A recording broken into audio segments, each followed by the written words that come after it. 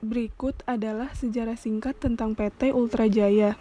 Dimulai pada tahun 1958, PT Ultra Jaya Milk Industry Tbk dimulai dari pabrik susu rumahan di Bandung, yang beralamat di Jalan Raya Cimareme nomor 131 Padalarang, Kabupaten Bandung. Pada tahun 1971, kemudian, pada tahun 1971, perusahaan ini awalnya merupakan industri rumah tangga, kemudian menjadi suatu entitas perseroan terbatas.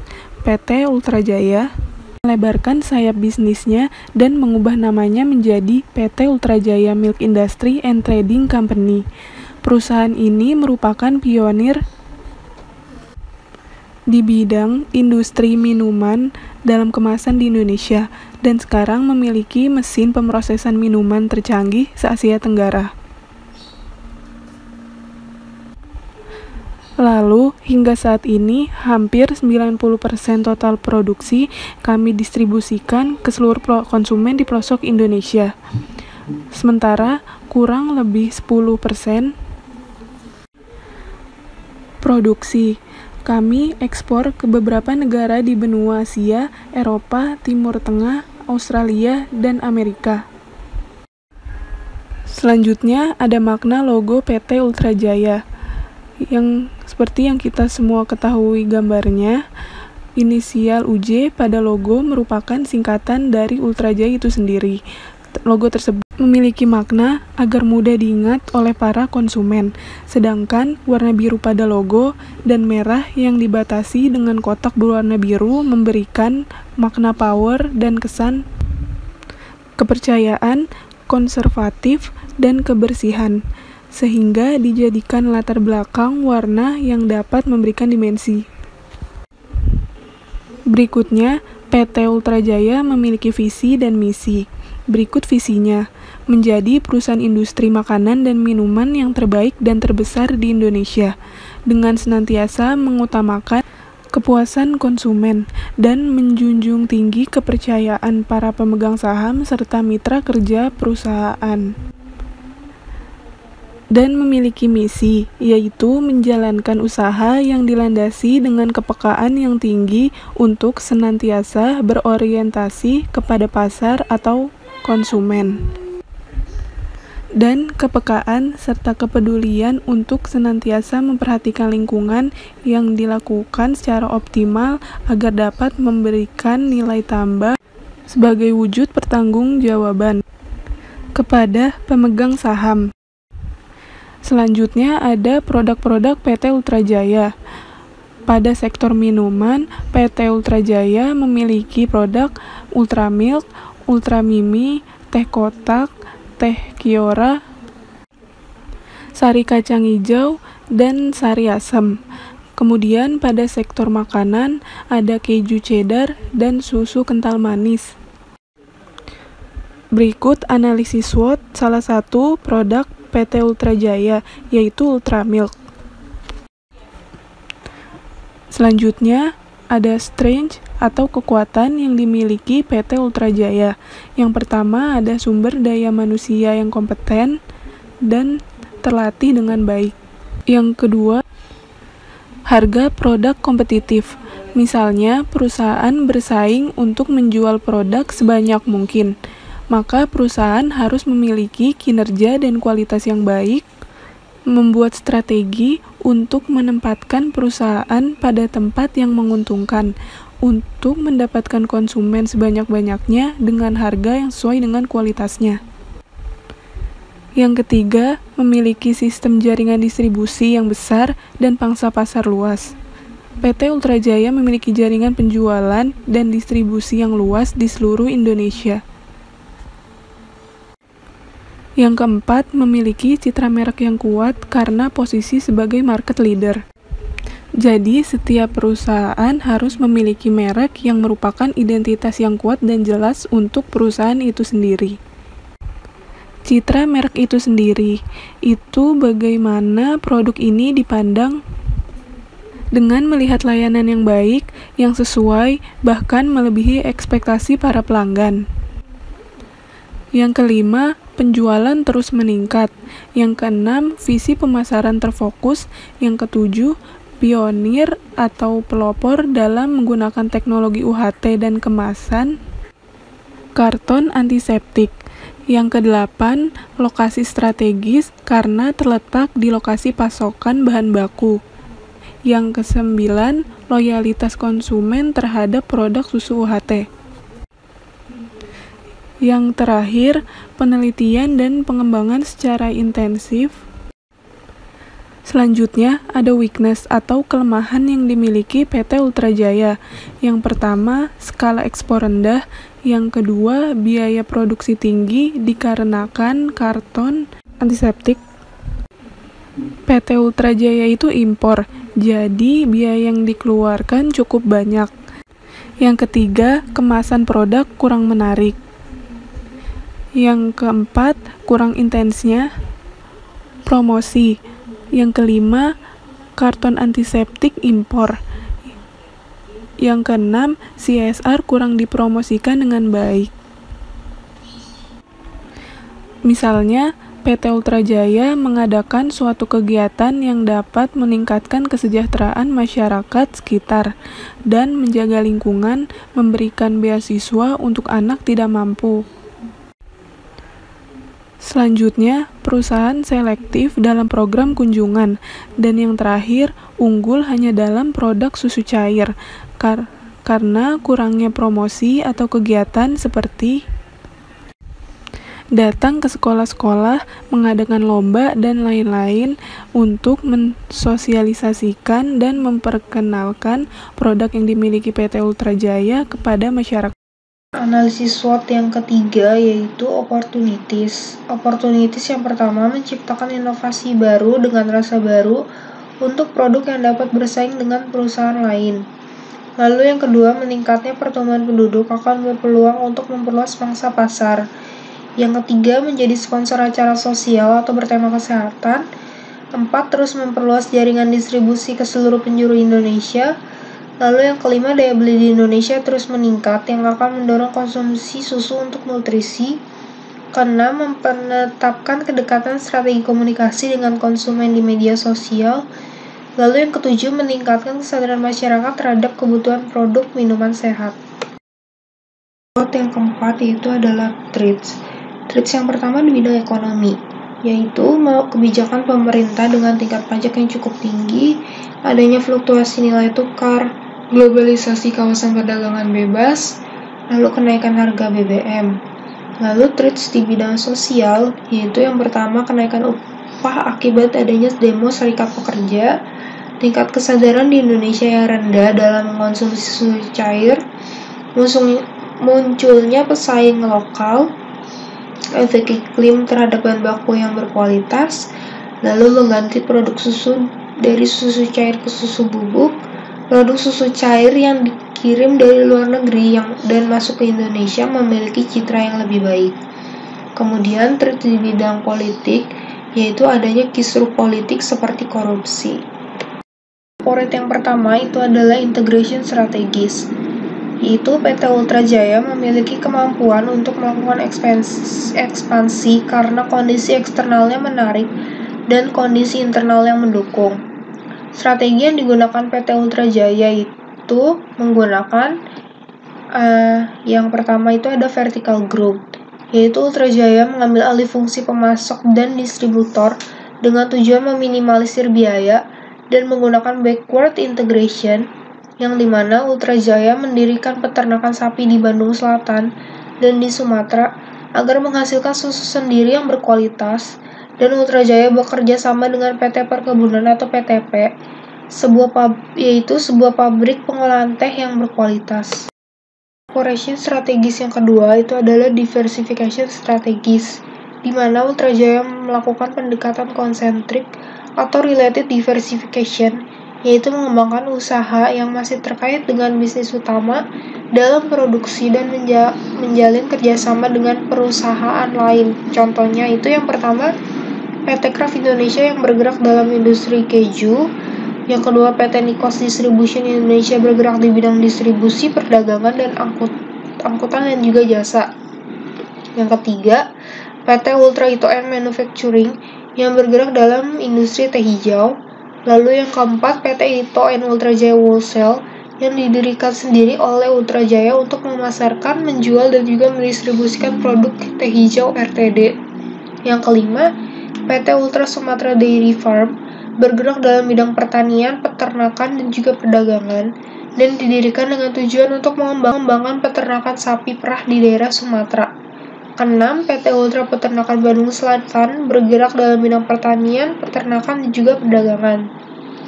Lalu yang ketujuh, PT Ultra Agri Lestari bergerak dalam bidang pertanian dan juga perdagangan.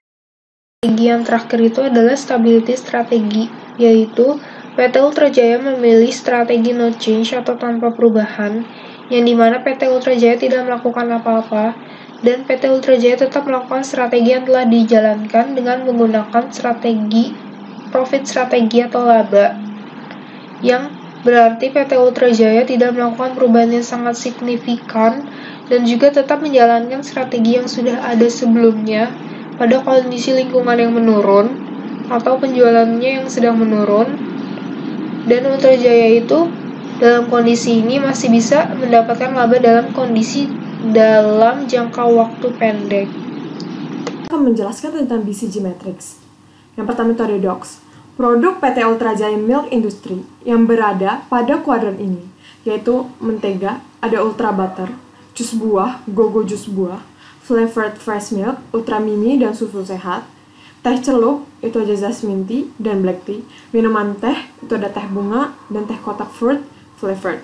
Kondisi pada kuadran ini, market share produk kecil, growth-nya kecil, bisa mengakibatkan kebangkrutan atau dilikuidasi.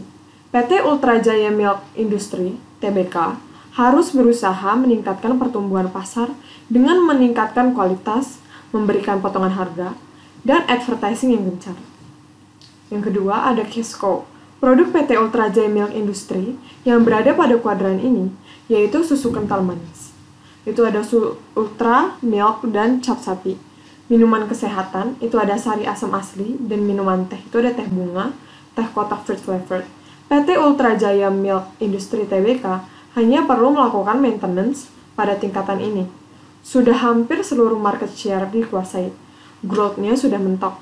Maka dari itu, yang perlu dilakukan adalah maintenance agar produksi bisa stabil. Selanjutnya itu ada question mark. Produk PT Ultra Jaya Milk Industry yang berada pada kuadran ini, yaitu minuman teh seperti teh kotak jasmine tea. Minuman kesehatannya itu seperti sari kacang hijau. Susu segarnya itu white fresh milk, itu yang ultra milk, low fat, high calcium. Pada kuadran ini, produk yang ditawarkan walau masih mempunyai market share rendah, tapi demand-nya sudah kelihatan banyak, sehingga market growth-nya tinggi. PT Ultra Jaya Milk Industry Tbk perlu mendorong agar produk ini bergeser ke arah kuadran star. Hal ini bisa dilakukan dengan cara advertising yang gencar, memberikan potongan harga, bandel dengan hadiah menarik. Selanjutnya itu ada star. Produk PT Ultra Jaya Milk Industry yang berada pada kuadran ini, yaitu susu segar, itu ada white fresh milk yang full cream, itu ada jus buah, buah vita jus buah. Pada kuadran ini, market share sudah dominan, tetapi growth masih banyak. PT Ultra Jaya Milk Industry bisa melakukan advertising seperlunya saja. Penambahan fitur minor juga dapat dilakukan dan kerjasama dengan klub yang bisa digiatkan. Saya akan menjelaskan tentang segmentasi pasar. Yang pertama itu segmentasi demografis. Segmentasi demografis, konsumen terdiri dari umur, jenis kelamin, pendapatan, agama, status perkawinan, pendidikan, etik, dan kebangsaan. Nah, produk Ultra Milk ini ditunjukkan kepada seluruh masyarakat, terutama untuk anak-anak dan para remaja. Karena usia anak-anak dan para remaja pasti sangat menyukai susu untuk menambah energi mereka dalam beraktivitas. Terus yang kedua itu ada segmentasi geografis. Segmentasi geografis ini antara lain dari wilayah, ukuran daerah, ukuran kota, dan kepadatan iklim. Pada produk ini, produk susu ultra milk ini sangat sesuai dengan seluruh iklim di dunia, terutama di Indonesia. Indonesia memiliki iklim tropis, di mana saat musim kemarau sangat cocok untuk kita minum ultra milk yang dihidangkan dengan cara didinginkan. Nah, ini itu bisa disajikan menggunakan es batu, terus kemudian atau juga bisa ditaruh freezer atau jadi es. Terus yang kemudian saat musim hujan, dan saat musim hujan ini bisa langsung dihidangkan seperti biasa, tidak menggunakan suhu apapun. Selanjutnya ini ada segmentasi psikografis. Nah, segmentasi psikografis ini meliputi kelas sosial, gaya hidup, kepribadian, persepsi, serta sikap. Produk ultramilk ini ditunjukkan kepada semua kelas sosial, baik kelas menengah ke bawah maupun kelas menengah ke atas, karena harganya pun juga sangat terjangkau. Contohnya itu terdapat susu rendah lemak yang diperuntukkan untuk konsumen dengan gaya hidup sehat. Seperti yang pertama tadi saya jelaskan, itu PT Ultra Jaya ini juga memproduksi susu rendah lemak yang low fat, high calcium. Selanjutnya saya akan menjelaskan tentang target pasar. Nah, targeting yang diterapkan PT Ultra Jaya dengan produk susu segar yang berkualitas tinggi, yaitu yang pertama itu berdasarkan usia.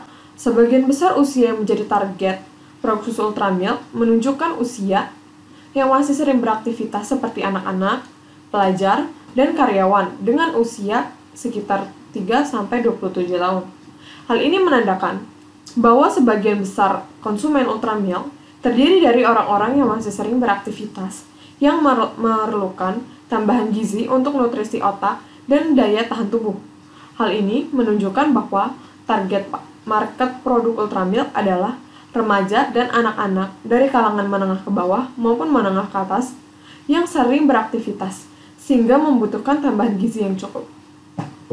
Selanjutnya, target yang nasional. Hampir 90% total produksi didistribusikan ke seluruh konsumen di seluruh pelosok Indonesia.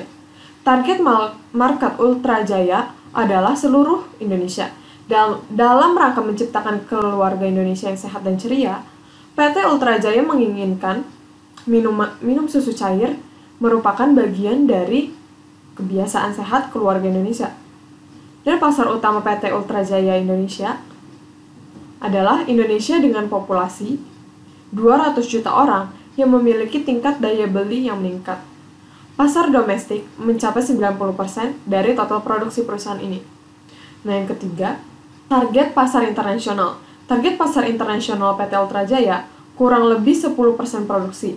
Diekspor ke beberapa negara di benua Asia, Eropa, Timur Tengah, dan Australia, dan Amerika. Pemasaran yang dilakukan oleh PT Ultra Jaya pun berbeda. Contohnya itu dalam proses cara memasarkan produk, baik untuk pasar dalam negeri maupun diekspor. Produk-produk yang dijual adalah produk yang sejenis. Untuk selanjutnya akan dilanjutkan oleh teman saya. Selanjutnya, saya akan menjelaskan tentang IFAS dan EFAS pada PT Ultra Jaya. IFAS adalah Internal Factor Analysis Strategy. Internal Factor Analysis Strategy itu dibagi menjadi dua, yaitu strength dan weakness. Pertama, saya akan menjelaskan tentang strength yang digunakan pada PT Ultra Jaya, yang diukur dengan pembobotan dan rating. Faktor-faktor strategik yang digunakan pada strength yaitu ada produk yang berkualitas yang memiliki nilai bobot 4. Artinya sangat penting pada produk yang berkualitas pada PT Ultra Jaya. Sedangkan rating yang memiliki nilai 3 artinya kuat pada produk yang berkualitas yang dihasilkan pada PT Ultra Jaya. Selanjutnya, ada harga produk yang kompetitif yang memiliki nilai bobot 4. Artinya sangat penting pada harga produk yang kompetitif yang dihasilkan pada produk-produk yang dihasilkan pada PT Ultra Jaya. Sedangkan rating yang memiliki nilai 4 artinya sangat kuat pada harga produk yang kompetitif. Selanjutnya, ada jaringan distribusi yang luas. Artinya yang memiliki nilai bobot 3, artinya penting pada jaringan distribusi yang luas pada persebaran produk-produk yang dihasilkan pada PT Ultrajaya. Selanjutnya ada rating yang memiliki nilai 4, artinya sangat kuat pada jaringan distribusi yang luas yang dihasilkan pada PT Ultrajaya. Selanjutnya ada SDM yang terlatih yang memiliki nilai bobot 2, artinya sumber daya manusia yang terjadi pada PT Ultrajaya itu agak penting yang dilakukan pada SDM yang dilakukan pada PT Ultrajaya. Sedangkan rating yang memiliki nilai 3 itu kuat pada sumber daya manusia yang terlatih pada PT Ultrajaya. Selanjutnya ada teknologi pengembangan produk yang mutakhir yang memiliki nilai bobot 3, artinya penting pada teknologi pengembangan untuk memproduksi produk-produk yang mutakhir pada PT Ultrajaya. Sedangkan rating yang memiliki nilai 2 artinya agak kuat pada teknologi pengembangan produknya. Selanjutnya, yang kedua saya akan menjelaskan tentang opportunity.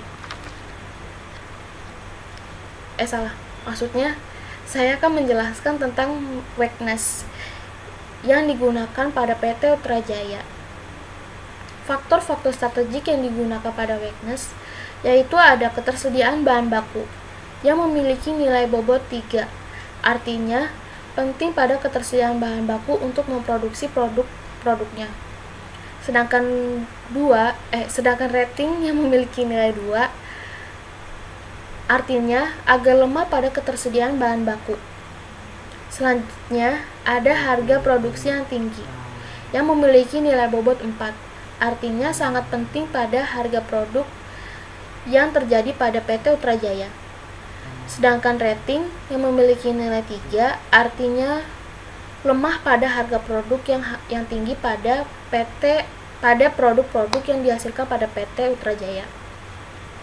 Selanjutnya ada kemasan tidak bervariatif yang memiliki bobot 3, artinya penting pada kemasan tidak bervariatif pada PT Ultrajaya. Sedangkan ratingnya memiliki nilai 2, artinya agak lemah pada kemasan tidak bervariatif pada produk-produk yang dihasilkan pada PT Ultrajaya. Selanjutnya kurangnya promosi yang memiliki nilai bobot 4, artinya sangat penting pada kurangnya promosi yang dihasilkan pada PT Ultrajaya. Sedangkan rating yang memiliki nilai 1 itu sedikit lemah pada kurangnya promosi pada produk-produk PT Ultrajaya. Selanjutnya yang terakhir, sedikit inovasi produk yang memiliki nilai bobot 3, artinya penting pada inovasi produk-produk yang dihasilkan pada PT Ultrajaya. Sedangkan ratingnya memiliki nilai 3, artinya lemah pada inovasi produk yang dihasilkan pada PT Ultrajaya. Mengapa di bagian rating itu negatif semua? Karena di bagian weakness itu menilai tentang kelemahan yang terjadi pada strategik yang digunakan pada PT Ultrajaya. Selanjutnya saya akan menjelaskan tentang EVAS. EVAS adalah External Factor Analysis Strategic yang dibagi menjadi 2, opportunity dan threat. Yang pertama, saya akan menjelaskan tentang opportunity. Faktor-faktor strategik yang digunakan oleh opportunity yang digunakan pada PT Ultrajaya adalah yaitu memiliki populasi yang besar yang memiliki nilai bobot 3, artinya penting pada populasi yang besar untuk persebaran produk-produk pada PT Ultrajaya. Sedangkan rating memiliki nilai 2, artinya agak kuat pada populasi yang besar untuk persebaran produknya. Selanjutnya ada pertumbuhan ekonomi yang luar biasa, yang memiliki nilai bobot 2, artinya agak penting pada pertumbuhan ekonomi yang luar biasa pada produk-produk yang dihasilkan pada PT Ultra Jaya. Sedangkan rating yang memiliki nilai 2 itu agak kuat pada pertumbuhan ekonominya. Selanjutnya ada peluncuran produk-produk baru yang memiliki nilai bobot 4, sangat penting karena peluncuran produk-produk baru ini akan menghasilkan tingkat penjualan yang besar pada PT Ultra Jaya. Sedangkan ratingnya memiliki nilai 3, artinya kuat pada peluncuran produk baru. Selanjutnya ada inovasi baru yang memiliki nilai bobot 4. Artinya sangat penting pada pembuatan inovasi baru pada produk-produk yang dihasilkan PT Ultra Jaya. Sedangkan rating yang dihasilkan pada inovasi baru itu memiliki nilai 4. Artinya sangat kuat pada pembuatan inovasi baru pada produk-produk yang dihasilkan PT Ultra Jaya. Selanjutnya ada pengunggulan kualitas produk yang memiliki bobot 3, artinya penting pada kualitas produk yang dihasilkan PT Ultra Jaya. Sedangkan ratingnya memiliki nilai 3, artinya kuat pada pengunggulan kualitas produk. Selanjutnya yang kedua saya akan menjelaskan tentang treat yang digunakan pada PT Ultra Jaya. Faktor-faktor strategik yang digunakan pada treat yaitu ada masuknya para pesaing baru yang memiliki nilai bobot 4. Artinya sangat penting pada masuknya pesaing baru untuk mengembangkan produk-produk yang dihasilkan pada PT Ultra Jaya. Sedangkan ratingnya yang memiliki nilai 3 itu mengancam untuk masuknya para pesaing baru pada PT Ultra Jaya. Selanjutnya ada fluktuasi nilai tukar rupiah yang memiliki nilai bobot 2, yang artinya agak penting pada nilai tukar rupiah pada PT Ultra Jaya. Selanjutnya ada rating yang memiliki nilai 1, artinya sedikit mengancam pada nilai tukar rupiah pada PT Ultra Jaya. Selanjutnya ada iklim yang membuat tumbuhan teh tidak baik. Kenapa teh tidak baik? Karena di salah satu produk yang dihasilkan pada PT Ultra Jaya itu ada teh kotak yang memiliki nilai 3, artinya penting karena untuk membuat produk-produk yang dihasilkan pada teh kotak. Sedangkan rating yang memiliki nilai 3 artinya mengancam karena iklim itu berpengaruh pada pembuatan produk teh kotak pada PT Ultra Jaya. Selanjutnya ada pesaing produk untuk minuman teh kotak yang memiliki nilai bobot 4. Sangat penting karena pesaing produk-produk minuman teh itu sangat tinggi, sehingga PT Ultra Jaya akan menambah produk-produk baru untuk meningkatkan kualitas produk teh kotak. Sedangkan ratingnya memiliki nilai 2, artinya agak mengancam untuk pesaing produk untuk minuman teh kotak. Selanjutnya yang terakhir ada adanya persaingan harga yang memiliki nilai bobot 3, artinya penting untuk adanya persaingan harga pada PT Ultra Jaya. Sedangkan rating yang memiliki nilai 3 artinya mengancam adanya persaingan harga pada PT Ultra Jaya. Mengapa di bagian rating itu negatif? Karena pada bagian rating mengukur tingkat ancaman yang dihadapi oleh PT Ultra Jaya. Selanjutnya, saya akan menjelaskan tentang kesimpulan. Dari analisis data yang di atas, dapat disimpulkan bahwa PT Ultra Jaya Milk Industri (TBK) berada pada kuadran 1, yang artinya perusahaan ini sedang mengalami pertumbuhan dengan semakin meningkatnya produksi dengan cara yang sama, yang semakin mengembangkan variatif produk. PT Ultra Jaya mempunyai visi pemasaran yang terfokus, terus-menerus membangun merek yang kuat dan memperlebarkan ragam produk makanan dan minuman untuk memenuhi kebutuhan konsumen Indonesia. Untuk melaksanakan hal ini, PT Ultra Jaya telah melakukan investasi yang signifikan dalam aktivitas pemasaran, teknologi, dan pengembangan produk yang paling penting. Distribusi, ketersediaan, bahan baku, dan biaya produksi yang tinggi menjadi kelemahan dari perusahaan ini. Sekian presentasi dari kelompok kami. Terima kasih atas perhatiannya.